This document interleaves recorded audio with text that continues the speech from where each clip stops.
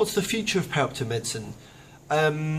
Well, in a way, I hope the sort of legacy of us talking about perioperative medicine is a greater knowledge of the things that matter to patients having surgery. In a way, that's sort of all that matters, so long as we can afford it as a nation. I hope that we will have a greater understanding of the things that matter to patients, the things that they care about, things that they want, things that they don't want. I hope that we'll be able to measure our outcomes, how patients do after surgery, on a more local level, much more precisely, so we can give better information that feeds back into consent for patients. In terms of the sort of structure or organisation about perioperative medicine as a concept or speciality, I don't really know, if I'm really honest. I think that it will be practiced by enthusiasts in the near future, as it is already actually by a few individuals. I think that we may see people coming to see perioperative physicians along with surgeons, or maybe even before that time, to when they're contemplating having surgery, to think about how they can approach surgery from a better angle, i.e. how they can get fitter.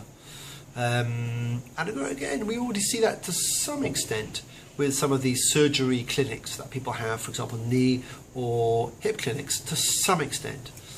I think that depending on how various studies go, we may see an increased or a reduced use of cardiopulmonary exercise testing, objective fitness testing. But we certainly would see that the fitness testing feeding back to the patients to allow them to decide what risk they want to take on if they choose to have surgery. I don't know whether there'll be a separate breed of perioperative physician, if you like, a separate speciality. I don't know. I think that would take a long time if that's the case, and they would have to. We don't know what implications that would have for anaesthesia, particularly. So those are the sort of legacies or the things I think about perioperative medicine, in a way that the things that I hope for perioperative medicine in the future: a greater knowledge and empowerment for patients in taking decisions about their own health. So the future of perioperative medicine, as with all medical specialties or disciplines, is research. And I think future research should be directed at answering the questions of not whether we can do something, but also whether we should do something in terms of surgical interventions. A basic starter for that would be to routinely measure perioperative outcomes so that we understand what does actually happen to different types of patients, both in the short and the long term after surgical procedures. And also to look at the patients who don't have surgery, who choose not to have surgery or who are advised not to have it, to see whether their outcomes are really that bad or that different from those who do. Once we understand what happens to patients more clearly, then we can start to make bigger strides towards trying to improve those outcomes.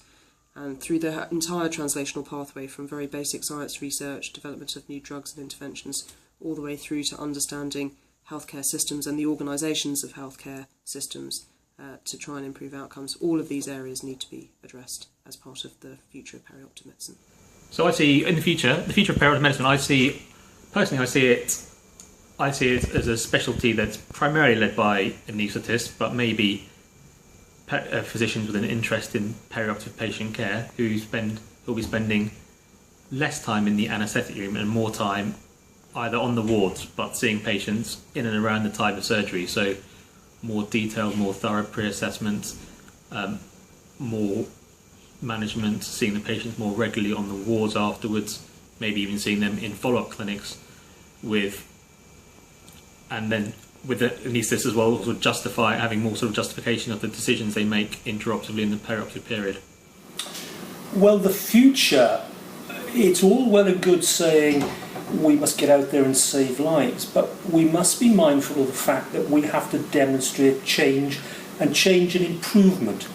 We have to demonstrate that the model we bring in has improved benefits for patients, efficiencies, savings, acceptability for patients, and in fact even cost reductions for patients. So I think perioperative model has a lot to offer on a number of levels. Medicine. The future of perioperative medicine is bright.